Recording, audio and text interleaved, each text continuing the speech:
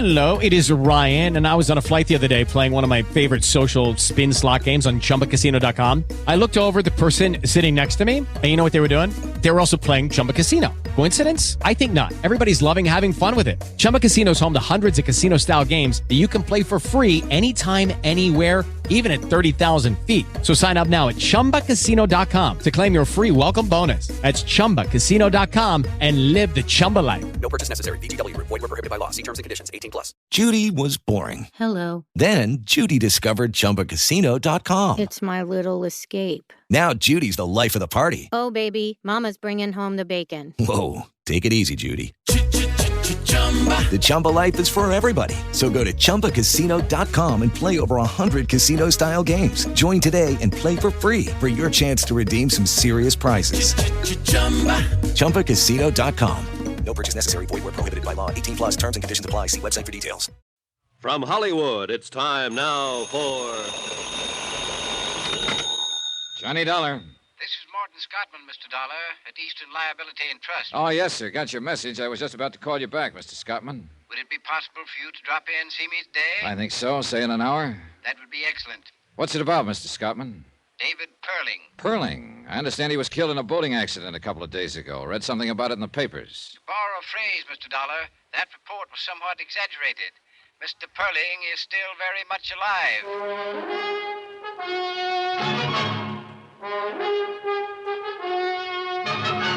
Tonight and every weekday night, Bob Bailey in the transcribed adventures of the man with the action-packed expense account, America's fabulous freelance insurance investigator. Yours truly, Johnny Dollar.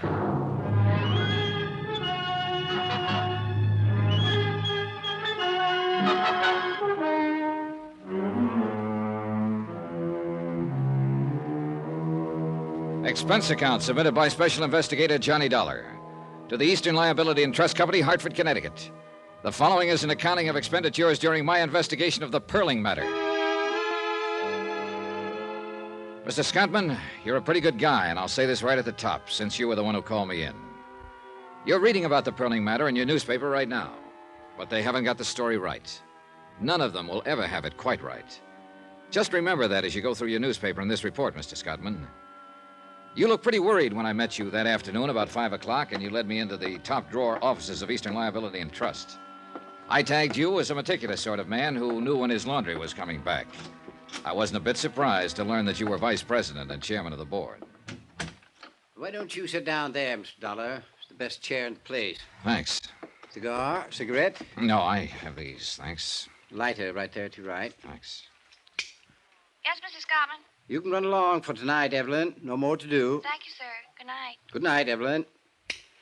I understand you've handled several matters for our company, Mr. Dollar. Yes, sir. I was just going over it in my mind. I believe the last one was the San Antonio case. Yes, Mark San Antonio. Yes.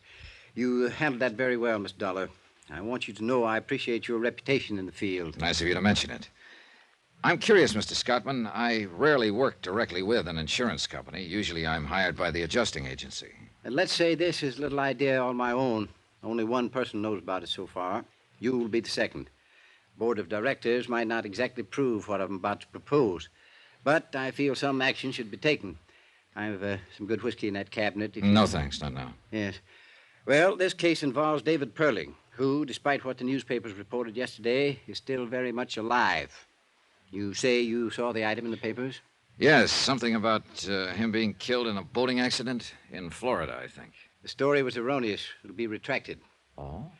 Fact of the matter is, Mr. Perling was already on his way back to New York, safe and sound when that report came out. The boat that he'd been fishing from did have a boiler explosion, but no one was killed. Well, these things sometimes happen, I guess. Oh, sure they do. However, it was printed all over the country. As you know, David Perling is highly regarded in financial circles. And that is the reason I asked you to come in and talk to me. Did you see the stock exchange figures yesterday? Well, I don't pay too much attention to them, Mr. Scottman. I do. We do, as an insurance company. That report of Perling's death affected several commodities listed on the New York Exchange. Companies in which he holds varying positions. Positions that would, if, say, the report of his death were engineered for that specific purpose, allow certain people to risk very little money and make a great deal of money. Just a minute, sir. Certain people, are you talking about Perling? I don't know who I'm talking about, really. I'd like you to find that out. Find out, among other things, if the situation has been taken advantage of in any way. This isn't exactly in my line, Mr. Scottman. I think it is, Mr. Dollar. I'll come right out with it. Eastern Liability has considerable investment in some of the commodities that could be affected. We, or let's put it this way, I want to know where we stand. I want to know if we've been cheated or are about to be cheated.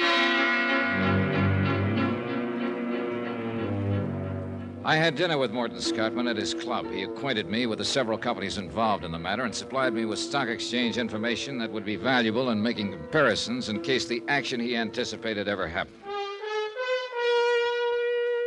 An hour later, I was at the airport. Expense account item 1, $123.69, airfare and incidentals from Hartford to Key West, Florida. I arrived at 4 o'clock in the morning, found a hotel, and had 6 hours sleep.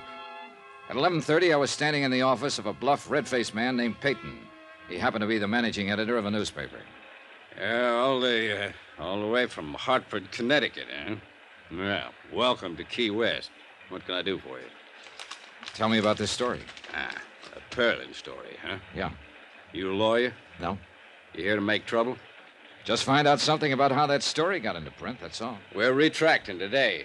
What do you want us to do? Wear sackcloth and ashes? Well, I'm not here to file a suit. I just want some information about the story. You can sit down if you want to.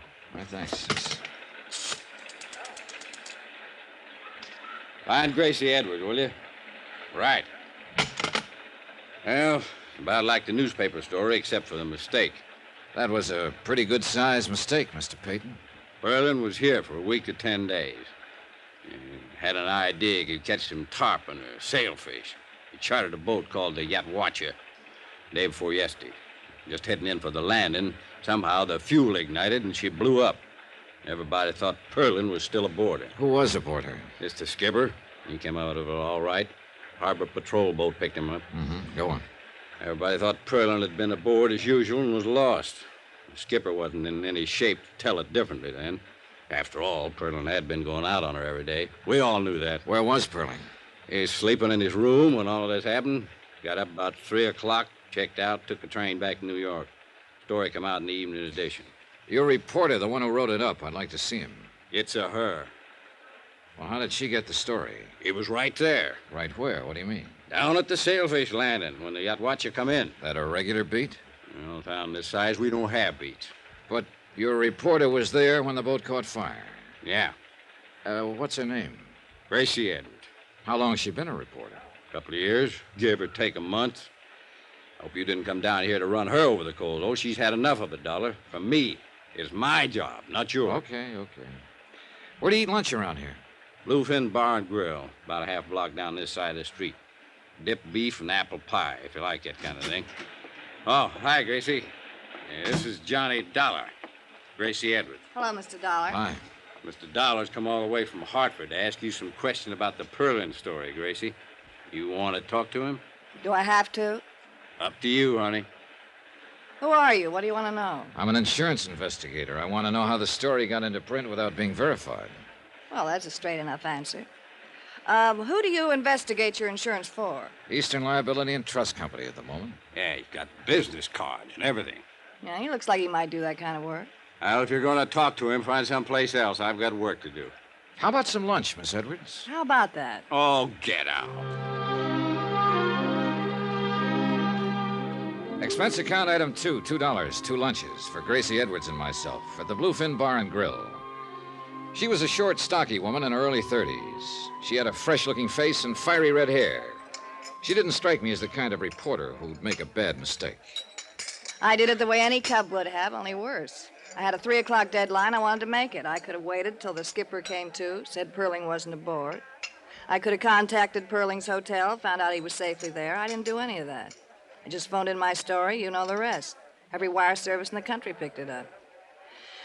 Guess I was lucky I wasn't fired. Mm-hmm. You want another glass of beer? No, thanks. You've been pretty nice. I'm sure you're not all insurance investigator. Notice I haven't asked you exactly what you're investigating. Yeah, I noticed that. You gonna tell me? Possibly. Right now, something worries me. You were down at the landing when the boat caught fire? Yeah. You go down there often? It's more or less my beat. Oh? What? I didn't think a reporter'd have a beat in a town this size. I said more or less. I like to go down there in mid-afternoon when the boats are coming back. The water's blue and fresh. Usually a good offshore breeze blowing. And if they caught any big fish, the flags are up. It's a place to go. I'm romantic. Good. Suppose we go there. 2:30 now. Ought to see some of those boats come in.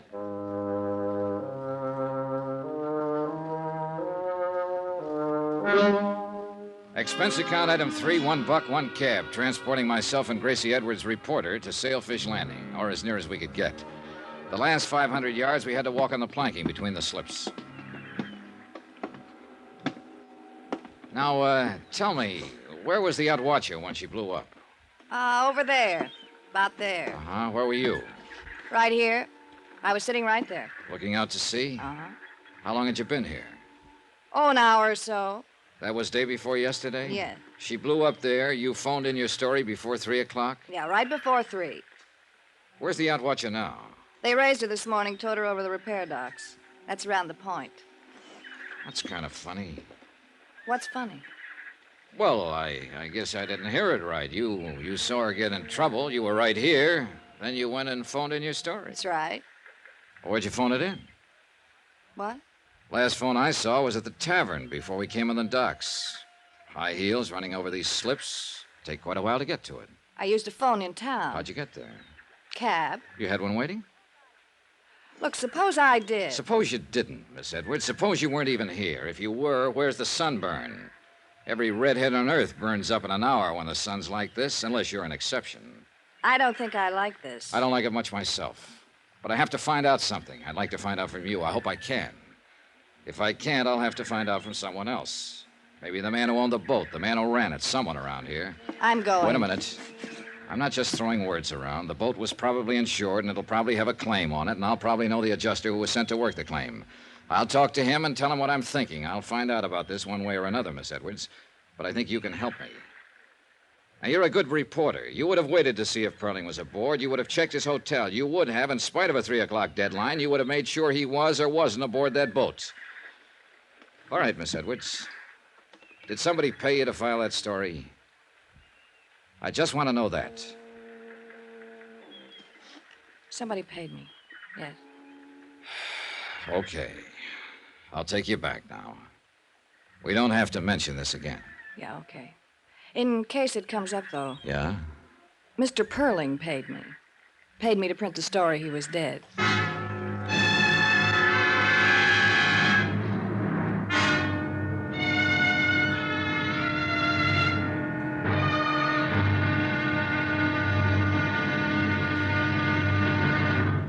Now, here's our star to tell you about tomorrow's intriguing episode of this week's story. Tomorrow, the affairs of Wall Street follow the current trend in cheating and mayhem. Join us, won't you? Yours truly, Johnny Dollar.